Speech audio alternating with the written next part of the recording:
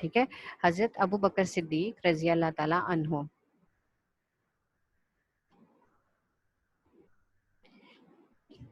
Binish turn off your video. This is not good. آپ لوگ بھول گئے ہیں. اچھا. عام الفیل. ٹھیک ہے. عام الفیل ہاتھی کا سال. اس کے بارے میں تھوڑا سا میں نے ابھی آپ کو بتایا ہے. اور آپ رضی اللہ تعالیٰ عنہ کے والد ابو قحافہ نے آپ رضی اللہ تعالیٰ عنہ کا نام عبد الکعبہ رکھا. آپ کے والد کا نام ابو قحافہ تھا اور انہوں نے آپ کا نام عبد الکعبہ رکھا. عبد کہتے ہیں بندے کو، اور کعبہ آپ کو پتا ہے کہ کعبہ کا نام ہے. وہ بھی کعبہ کے ماننے والے تھے اور دین حنیف کے ابراہیمی دین کے ماننے والے لوگ تھے. ان میں سے کچھ لوگوں نے بت پرستی شروع کر دی ہوئی تھی. اس لیے جو ہے پھر اللہ تعالیٰ کو ضرورت محسوس ہوئی کہ بھئی ایک نبی مبعوث کیا جائے. عرب میں چونکہ ہر طرف بت پرستی پھیلی ہوئی تھی، اس لیے پھر پیغمبر پاک کو بھی ان لوگوں کی طرف بھیجا گیا. تو حضرت ابو بکر صدیق رضی اللہ تعالیٰ عنہ جو ہیں وہ آپ صلی اللہ علیہ وسلم سے 2 سال بعد پیدا ہوئے تھے. تو ابو قحافہ نے آپ کا نام عبد الکعبہ رکھا، جبکہ قبول اسلام کے بعد رسول اللہ صلی اللہ علیہ وآلہ وسلم نے آپ کا نام عبداللہ رکھا. آپ رضی اللہ تعالیٰ عنہ ابو بکر کے نام سے مشہور ہوئے. ابو بکر جو ہے وہ ان کی کنیت تھی. اس وقت عرب میں رواج تھا کہ اصل نام کے ساتھ ساتھ اصل نام کی بجائے زیادہ تر لوگ کنیت استعمال کر لیتے تھے. کوئی لقب ہو جاتا تھا یا خطاب، اس سے زیادہ تر لوگوں کو پکارا یا جانا جاتا تھا.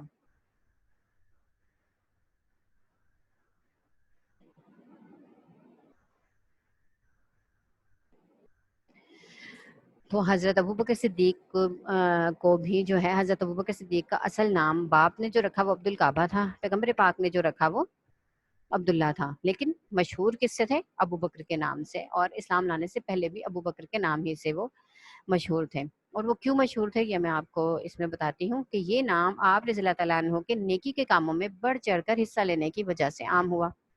بکر کا مطلب ہے پہل کرنا. ٹھیک ہے. بکر کا مطلب ہے پہل کرنا، کہ آپ رضی اللہ تعالیٰ عنہ نیکی کے کاموں میں بہت زیادہ بڑھ چڑھ کر حصہ لیتے تھے. کسی کو مدد کی ضرورت ہوتی، منی سے ضرورت ہوتی، آپ کی خدمت سے ضرورت ہوتی، کسی بھی طرح سے کسی بھی کام کی ضرورت ہوتی تو آپ سب سے پہلے آگے بڑھتے. اور جب اسلام قبول کیا تو اس میں بھی ہمارا اسلام جو ہے وہ ایسی مثالوں سے بھرا پڑا ہے کہ حضرت ابوبکر صدیق نے کس کس طرح سے پیغمبر پاک اور اسلام کا ساتھ دیا. اسی لیے جو ہے وہ آپ اچھے کاموں میں آگے رہنے کی وجہ سے یہ نام یعنی ابوبکر مشہور ہو گیا. اور صدیق کا لقب آپ کو واقعہ معراج پر آپ صلی اللہ علیہ وسلم کی تصدیق کرنے کی وجہ سے ملا. ٹھیک ہے. تصدیق آپ نے کی، آپ کو صادق کہا، آپ کو سچا کہا واقعہ معراج پر. کیونکہ جب آپ صلی اللہ علیہ وسلم کو اللہ تعالیٰ نے زمین اور آسمان کی سیر کروائی تو آپ صبح کے وقت جب آپ نے تمام لوگوں سے کہا، کفار اور قریش سے کہا کہ بھئی میں تو فلاں فلاں جگہ سے آسمانوں سے ہو کے آئی ہوں، میں بیت المقدس میں گیا، وہاں پہ ایسے ایسے میں نے انبیاء کرام کے ساتھ نماز پڑھی اور جنت اور دوزخ دیکھی، تو سب لوگوں نے آپ کا مذاق اڑایا، ہنسنے لگے. ان میں سے کچھ لوگ جو ہیں وہ حضرت ابوبکر صدیق رضی اللہ تعالیٰ عنہ کے پاس بھاگے ہوئے گئے. بھاگتے بھاگتے گئے تو انہوں نے کہا کہ تمہارا دوست جو ہے یہ کیا کہہ رہا ہے کہ وہ رات میں آسمان بیت المقدس سے ہو آیا. تو انہوں نے کہا کہ اگر پیغمبر پاک کہہ رہے ہیں تو انہوں نے سچ کہا ہے. ٹھیک ہے. اس تصدیق کی وجہ سے آپ کو صدیق کا لقب دیا گیا کہ بہت زیادہ سچ بولنے والا.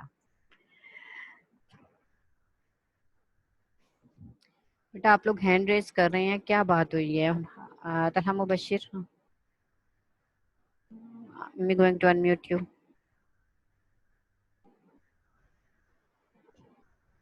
طلحہ unmute yourself بیٹا. کہاں گئے ہیں؟ ہاں جی طلحہ کیا کہہ رہے ہیں آپ، کیا پوچھنا چاہ رہے ہیں؟ وہ لوور ہینڈ کرنا مجھے یاد بھول گیا. بیٹے اس طرح نہ کریں میرا بچہ. ابیحہ زاہد what do you want to ask?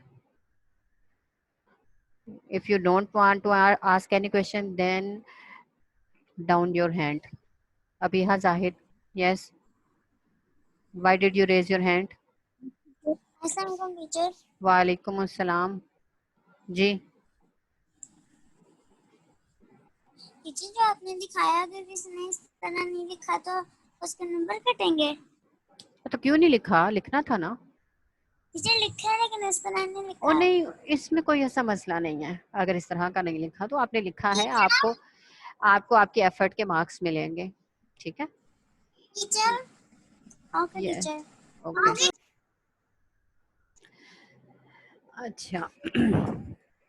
آپ رضی اللہ تعالیٰ عنہ پہلے خلیفہ راشد اور عشرہ مبشرہ میں سے ہیں. اب یہ خلیفہ راشد آپ لوگوں کی اسائنمنٹ ہے دا ڈے آفٹر ٹمورو. آپ لوگوں کی کلاس ہے. ٹھیک ہے.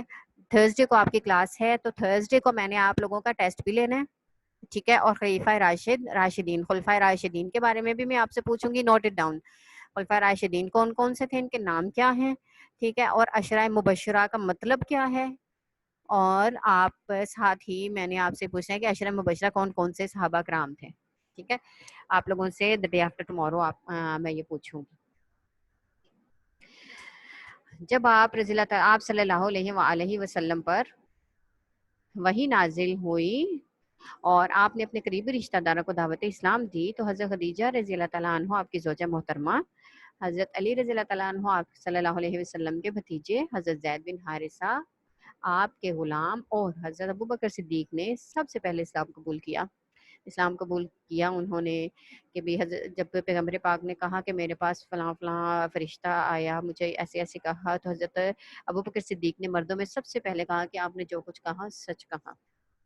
ٹھیک ہے. یہ اس مشکل وقت میں بھی ساتھ دیا. جب تمام لوگوں نے آپ صلی اللہ علیہ وسلم کو جھٹلا دیا تو حضرت ابوبکر صدیق نے آپ کا سب سے زیادہ ساتھ دیا. حضرت ابوبکر صدیق رضی اللہ تعالیٰ عنہ لڑک پن ہی سے آپ کے دوست تھے. آپ دونوں تجارت کی وجہ سے دوستی کے بندھن میں بندھے.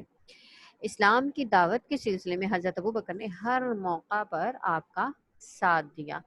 اس کے بعد واقعہ معراج ہے جو میں نے آپ کو پہلے شروع میں بتایا ہے. یہ میں جسٹ ریڈ کر دیتی ہوں اب آپ کو کہ جب اللہ تعالیٰ نے آپ صلی اللہ علیہ وسلم کو جنت دوزخ کی سیر کروائی تو بیت المقدس سے آسمان پر لے گئے، اور صبح کے وقت آپ نے کفار مکہ کو واقعہ بتایا تو وہ سب ہنس پڑے. اور ان میں سے کچھ لوگ حضرت ابوبکر صدیق کے پاس گئے اور کہنے لگے کہ تمہارا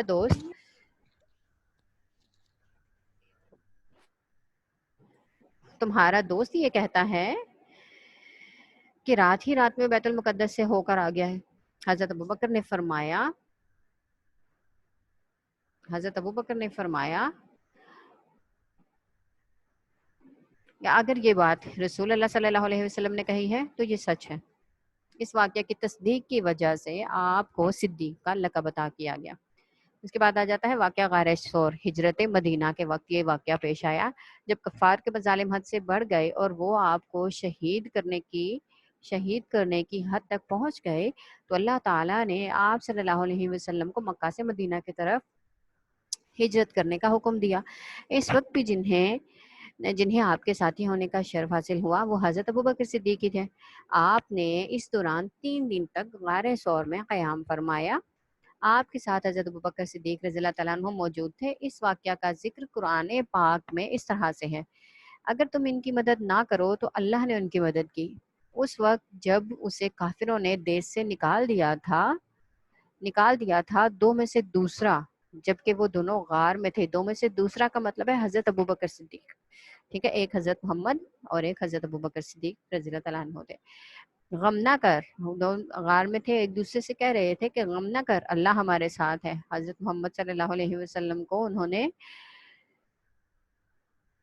دلاسا دیا، حوصلہ دیا، ان کو انکریج کیا کہ آپ جو ہیں پریشان مت ہوں، اللہ تعالیٰ ہمارے ساتھ ہے. اللہ نے انہیں تسکین پہنچا کر ایسے لشکروں سے ان کی مدد کی جن کا تمہیں گمان بھی نہیں.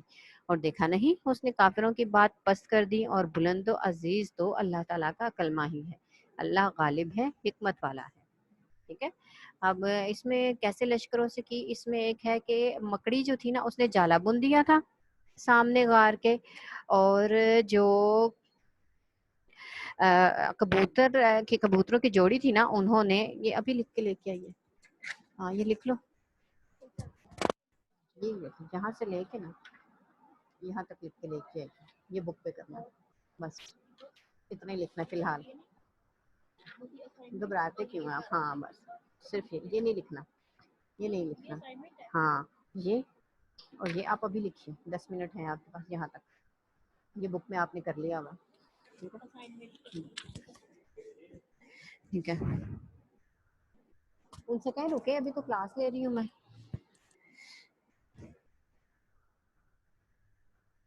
اچھا بیٹا, اس میں پھر خلیفہ اول اور مرتدین. آپ کی وفات کے بعد مسلمانوں پر غم کا بہار ٹوٹ پڑا. تمام مسلمانوں نے خلافت کے لیے حضرت ابوبکر کو منتخب کیا. اچھا بیٹا, یہ میں آپ کو اس میں آپ کو دکھا رہی ہوں, یہ لیکچر آپ کا ریکارڈ بھی ہو رہا ہے. میں چاہ رہی ہوں کہ اس ریکارڈڈ لیکچر میں آپ لوگوں کا سارے کا سارا آ جائے.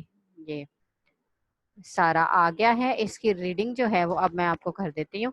پھر یوٹیوب میں آپ جا کر اس سے آپ اسکرین شاٹس بھی لے سکتے ہیں, اور اس سے دیکھ کر آپ لکھ بھی سکتے ہیں. آپ اس کو سنیں اور اچھے طریقے سے اپنی ورڈنگ میں چاہے لکھیں, جیسا آپ کا جی چاہے آپ ویسے کر کے اسائنمنٹ سبمٹ کروا دیجیے گا.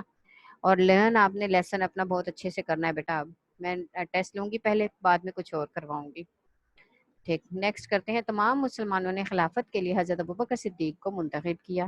اس وقت کچھ قبیلے اسلام سے پھر گئے, کچھ نے زکوٰۃ ادا کرنے سے انکار کر دیا, تو کچھ لوگوں نے نبوت کا دعویٰ کر دیا. ان میں مسلمہ کذاب اور طلیحہ جو ہیں وہ سب سے بڑھ کے تھے آگے. یہ حضرت ابوبکر صدیق ہی کی قوت ایمانی اور فہم و فراست تھی جس نے ان تمام فتنوں کو جڑ سے ختم کر دیا. یہ سب مرتدین تھے. مرتد کہتے ہیں اپنے دین پر دوبارہ چلے جانے کو, واپس چلے جانے والے کو.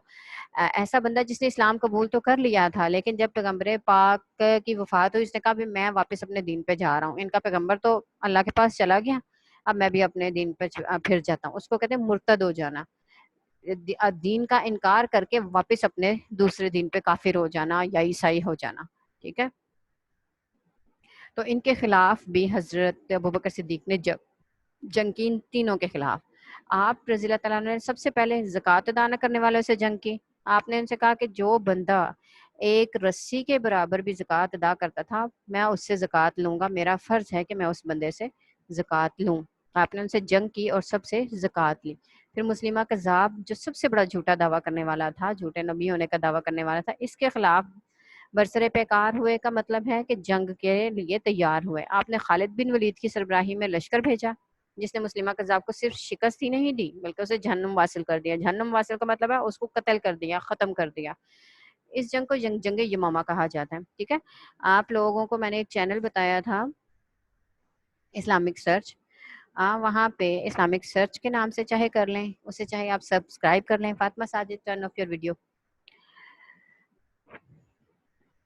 تو چاہے جیسے بھی آپ کر لیں ان کو, جنگ یمامہ کا ٹاپک بھی لے لیں آپ, جنگ یمامہ کا ٹاپک بھی آپ لے سکتے ہیں اور اس سے دیکھ سکتے ہیں کہ بھئی یہ کیسے کیسے جنگ ہوئی تھی, کس کس نے کون کون سے کارنامے کیے تھے. ان فطروں کی جڑیں کھاڑنے کے بعد ہر طرف امن قائم ہو گیا. یہ سب آپ کی کیسے ہوا؟ آپ کی ایمانی طاقت اور فہم و فراست سے ممکن ہوا. آپ کا ایک اور کارنامہ ہے کہ آپ نے قرآن پاک جو کہ اس وقت تک مختلف جگہوں پر محفوظ تھا, ایک جگہ پر جمع کروا دیا.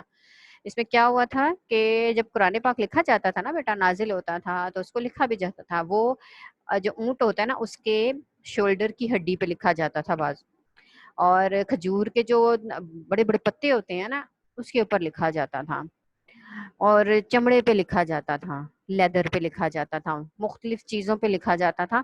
اور اس کو جو ہے وہ مختلف صحابہ کرام, مختلف ازواج مطہرات کے گھروں میں موجود تھا وہ.